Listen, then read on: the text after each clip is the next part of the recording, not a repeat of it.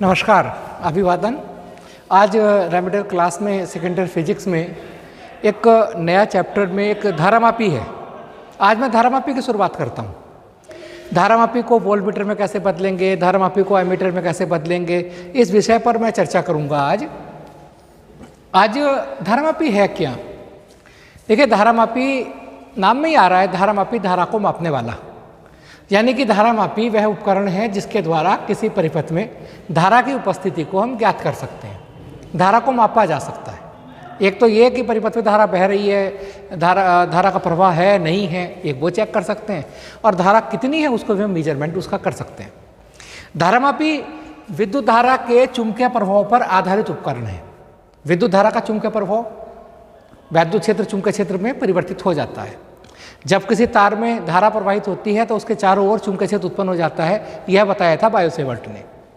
जब इसको एक समान चुंबकीय क्षेत्र में रखा जाता है तो उस पर एक बलाघूर्ण लगता है धारामापी पर, और उस बलाघूर्ण का मान होता है टो, कहते हैं बलाघूर्ण को, टो बराबर C5।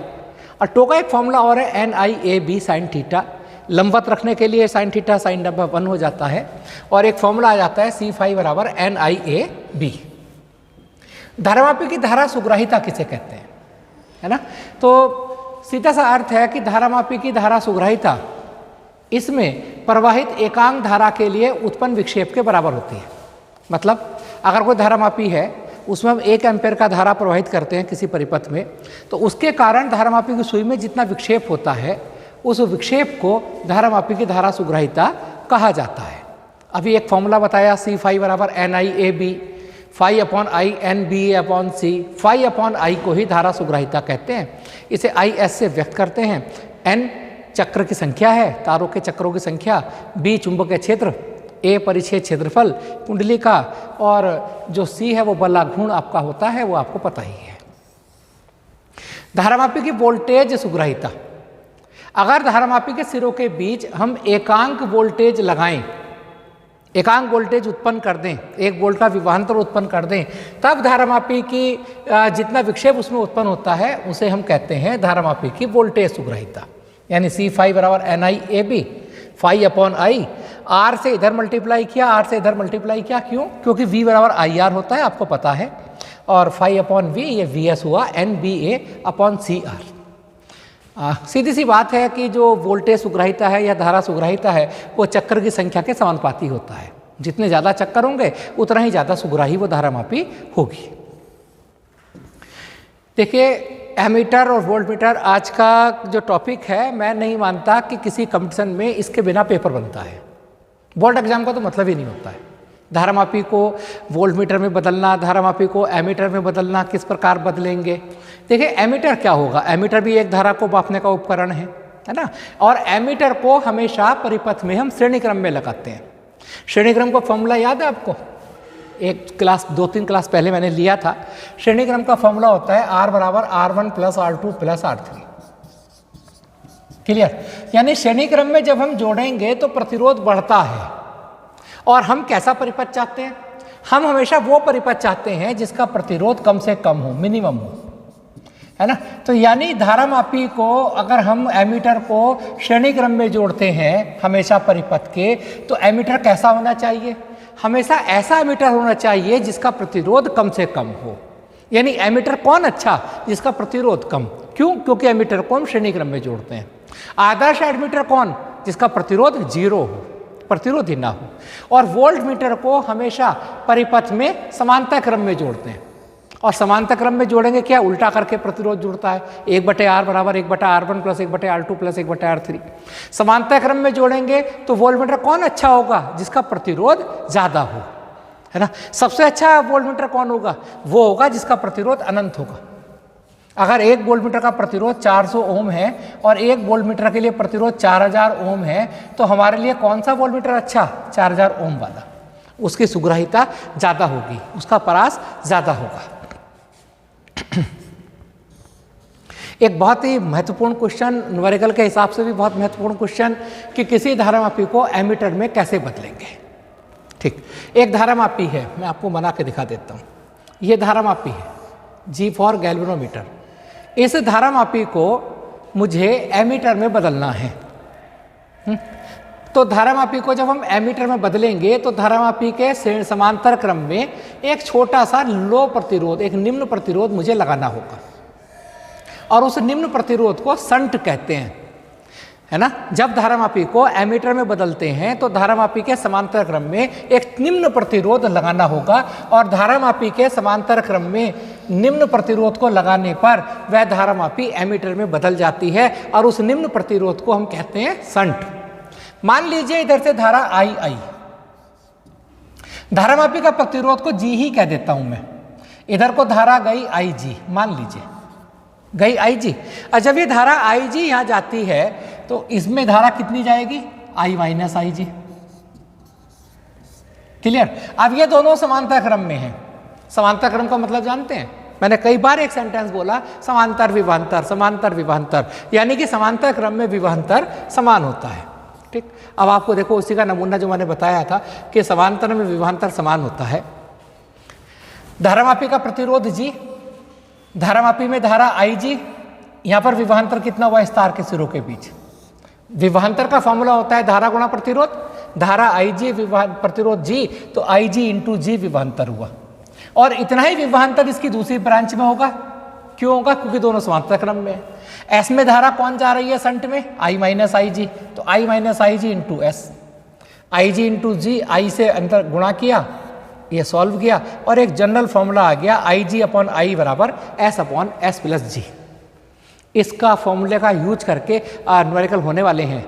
आई जी कौन है, धारामापी में जाने वाली धारा, आई कौन है, कुल धारा, एस कौन है, वो प्रतिरोध, वो छोटा सा प्रतिरोध जिसे धारामापी के समांतर क्रम में लगाया गया। क्यों लगाया गया, जिससे वो धारामापी एमीटर की तरह कार्य करने लगे। और जी कौन है, धारामापी का प्रतिरोध। और अगर बात आती है कि कुल प्रतिरोध कितना है, तो आपको कुल प्रतिरोध के लिए बताना पड़ेगा कि एस और जी समांतर क्रम में है, इन दोनों को जो समांतर क्रम में जोड़ने पर जो आएगा वो कुल प्रतिरोध होगा। तो इस प्रकार ये न्यूमेरिकल बहुत ज़्यादा फेवरेट हैं और बहुत ज़्यादा आते भी हैं। उससे पहले वोल्ट से करने से पहले मैं आपको धारामापी को वोल्ट मीटर में कैसे बदलेंगे उसको मैं बताता हूँ आपको। धारामापी के श्रेणी क्रम में, धारामापी के श्रेणी क्रम में क्या करेंगे हम, धारामापी के, मैंने अभी समांतर क्रम में तो निम्न प्रतिरोध लगाया था, धारामापी के श्रेणी क्रम में ऊंचा प्रतिरोध लगाने पर वो धारामापी वोल्ट मीटर में बदल जाएगी। यानी धारामापी को अगर वोल्ट मीटर में बदलना है तो श्रेणी क्रम में ऊंचा प्रतिरोध लगाना होगा, और धारामापी को एमीटर में बदलना है तो उसके समांतर क्रम में छोटा प्रतिरोध लगाना होगा। तो धारामापी के श्रेणी क्रम में उच्च प्रतिरोध को लगाने पर उसे वोल्ट मीटर में बदला जा सकता है। ये धारामापी, उसका प्रतिरोध जी, उसके श्रेणी क्रम में ऊंचा प्रतिरोध जोड़ा, धारा आई जी आई, मान लिया कुल विभवांतर वी है तो वी बराबर आई जी इंटू आर प्लस जी, क्योंकि श्रेणी क्रम में जोड़ा, और श्रेणी क्रम में तो प्रतिरोध सीधे सीधे जुड़ जाते हैं। वी की आई जी के नीचे ले गया, और इस फॉर्मूले का यूज करके मैं आपका न्यूमेरिकल में इसका यूज करेंगे। ठीक है। अब चलिए अब सीधा सीधा न्यूमेरिकल पर आता हूँ। मेरे अनुसार तो ये बहुत पॉपुलर न्यूमेरिकल है और आपको अच्छा लगेगा। एक धारामापी का प्रतिरोध 30 ओम है। देखिए क्वेश्चन जितने आराम से पढ़ेंगे आंसर उतना आसानी से निकल जाएगा। धारामापी का प्रतिरोध 30 ओम है। धारामापी के प्रतिरोध को जी से व्यक्त करते हैं, ये जी है, जी बराबर 30 ओम। इसमें 2 मिली एम्पेयर की धारा प्रवाहित करने पर किसमें इसमें का शब्द किसके लिए है, इसमें का शब्द है धारामापी के लिए, है ना। धारामापी में 2 मिली एम्पेयर का प्रतिरोध प्रवाहित करने पर पूर्ण विक्षेप प्राप्त होता है। पूर्ण का मतलब क्या है, अधिकतम। आई जी बराबर दे रखा है 2 मिली एम्पियर, है ना, और 2 गुणा 10 की घात -3 एम्पियर। धारामापी को 0.2 वोल्ट परास के वोल्ट मीटर में कैसे बदलेंगे। एमीटर में बदलने का क्वेश्चन नहीं है, क्वेश्चन देखिए धारामापी को वोल्ट मीटर में बदलना है ना। और अभी मैंने क्या बताया था कि धारामापी को वोल्ट मीटर में बदलना है तो धारामापी के श्रेणी क्रम में प्रतिरोध लगाना होगा। ठीक, आई जी हो गया, ये अधिकतम वोल्टेज है, अधिकतम है तभी तो ये अधिकतम धारा बह रही है। एक फॉर्मूला अभी मैंने बताया था आपको, V बराबर आई जी इंटू आर प्लस जी, ये याद है आपको, अभी बताया था वोल्ट मीटर में बदलने वाला फॉर्मूला। V की जगह 0.2 है, आई जी की जगह 2 गुणा 10 की घात -3 है, R कैलकुलेट करना है और G 30 ओम है। ये 2 से 0.2 हटाएंगे नीचे 0 बढ़ेगा, 2 से 2 कैंसिल होगा, 10 की घात -3 से मल्टीप्लाई करेंगे 100 हो जाएगा और 70 ओम आया। श्रेणी क्रम में इतना प्रतिरोध लगाना पड़ेगा। धारामापी वोल्टमीटर में तभी बदलेगी जब उसके श्रेणी क्रम में ऊंचा प्रतिरोध लगाएंगे। तो जब हम धारामापी के श्रेणी क्रम में 70 ओम का प्रतिरोध लगा देंगे तो वो धारामापी वोल्टमीटर में बदलेगी और ऐसे वोल्टमीटर में बदलेगी जो 0.2 वोल्ट को माप सकेगा। चलिए आगे, ये एमीटर में बदलने का क्वेश्चन मैंने लिया है, एक न्यूमेरिकल छोटा सा, आराम से पढ़ेंगे। एक धारामापी का प्रतिरोध 30 ओम है। 30 ओम किसका प्रतिरोध है? धारामापी का। और धारामापी के प्रतिरोध को क्या कहते हैं? जी। तो जी बराबर 30 ओम। इसमें 2 मिली एम्पीयर धारा प्रवाहित करने पर पूर्ण स्केल का विक्षेप प्राप्त होता है। पूर्ण स्केल का विक्षेप मतलब अधिकतम परास की बात चल रही है और धारामापी की बात चल रही है। IG 2 मिली एम्पियर, मिली को गुणा करते हैं 10 की घात -3 से, 2 गुणा 10 की घात -3 एम्पियर। इस धारामापी को 0.3 एम्पियर के परास, यानी 0.3 एम्पियर का एक धारामापी एमीटर में बदल जाए, एक ऐसे एमीटर में बदल जाए जो 0.3 एम्पियर को माप सके, जबकि वो माप सकता था केवल 2 मिली एम्पियर को। पर इसकी मुझे परास बढ़ानी है, वो 2 मिली एम्पियर का सीमित का ना रह के वो 0.3 मिली एम्पियर का बन जाए, धारा ये पढ़ने लगे, ऐसा मुझे एमीटर बनाना है। तो आई आ गया, आई बराबर 0.3 एम्पियर। ठीक, फॉर्मूला आपको पता है, मैंने पहले बताया था एमीटर को बदलने वाला, IG upon I is equal to S upon S plus G. IG की वैल्यू पुट की, I की वैल्यू पुट की, S कैलकुलेट करना है कि इसके समांतर क्रम में कितना निम्न प्रतिरोध लगाएं, S की जगह S, G की जगह 30, बाकी तो कुछ नहीं है, गुणा भाग है, मोह माया है। ये आप गुणा भाग आराम से करेंगे और S की वैल्यू आ जाएगी। और ये जो संट है ये एक निम्न प्रतिरोध है, देखिए 0.2 ओम का है ना, और समांतर क्रम में लगाएंगे तब ये धारामापी एमीटर में कन्वर्ट हो जाएगी। एक और क्वेश्चन, क्योंकि निश्चित रूप से एक क्वेश्चन आपको मिलने वाला है। किसी गैल्वेनोमीटर धारामापी को ही कहते हैं कि कुंडली का प्रतिरोध 12 ओम है। 12 ओम धारामापी की कुंडली का प्रतिरोध है, उसे जी कहते हैं, जी बराबर 12 ओम। 4 मिली एम्पियर की धारा प्रवाहित होने पर IG 4 मिली एम्पियर मतलब 4 गुणा 10 की घात -3 एम्पियर, यह पूर्ण स्केल पर विक्षेप दर्शाता है। यानी ये इसकी कैपेसिटी है इस समय धारामापी की कि ये केवल 4 मिली एम्पियर की धारा को माप सकता है। आगे आप इस गैल्वेनोमीटर से 0 से 18 वोल्ट परास का, 18 वोल्ट यानी वोल्टमीटर में कन्वर्ट करने वाले हैं। ऐसा वोल्टमीटर बनाने की हम इच्छा रखते हैं जिसकी परास 18 वोल्ट हो, जो 18 वोल्ट का विभवांतर, 18 वोल्ट का वोल्टेज डिफरेंस माप सके। वोल्टमीटर में कैसे बदलेंगे? वोल्टमीटर में बदलने के लिए क्या करना होगा? श्रेणी क्रम में उच्च प्रतिरोध लगाना होगा। एक फॉर्मूला होगा यहाँ पर, वो सीधा फॉर्मूला मैंने बताया था आपको पहले भी, R + G बराबर V बटे IG या V बराबर IG × R + G, एक ही बात है। R की वैल्यू कैलकुलेट करनी है, G की वैल्यू 12 दे रखी है, V की वैल्यू आपको 18 है, I लगाया, ये आया 4480 ओम का प्रतिरोध उस धारामापी के श्रेणी क्रम में लगाना होगा। और जब हम ऐसा करेंगे तो वो धारामापी वोल्टमीटर में कन्वर्ट हो जाएगी। बहुत अच्छा न्यूमेरिकल एक और लेता हूँ, क्योंकि आज का टॉपिक तो मेरा धारामापी है। एक धारामापी में प्रति मिली एम्पियर धारा से एक विभाजन का विक्षेप होता है। क्या कहा है? सिर के ऊपर चला गया क्या? एक धारामापी में प्रति मिली एम्पियर, 1 मिली एम्पियर धारा अगर जाती है तो एक विभाजन का विक्षेप होता है। यानी एक विभाजन मतलब एक धारामापी है, इसमें यहाँ ये स्केल होता है, तो एक विभाजन जब हुआ, यहाँ से यहाँ सुई ठुमक के गई, तो इतनी देर में वो प्रति मिली एम्पियर के लिए एक खाना गया। धारामापी का प्रतिरोध 80 ओम है। धारामापी के प्रतिरोध को जी कहते हैं, जी बराबर 80 ओम।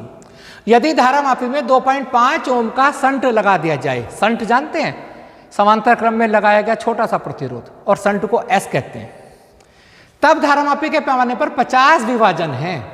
कितने विभाजन है? 50। और एक विभाजन में कितना विक्षेप? 1 मिली एम्पियर का। तो 50 विभाजन में कितना विक्षेप होगा?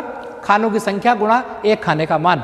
एक खाने में 1 मिली एम्पियर का हो रहा है, तो 50 खानों में 50 मिली एम्पियर का होगा, और वो IG का मान होगा, IG बराबर 50 गुणा 10 की घात -3 एम्पियर।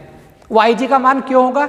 ये वो मान है जो बिना शंट लगाए, बिना उसमें परिवर्तन किए वो मैक्सिमम माप सकता है।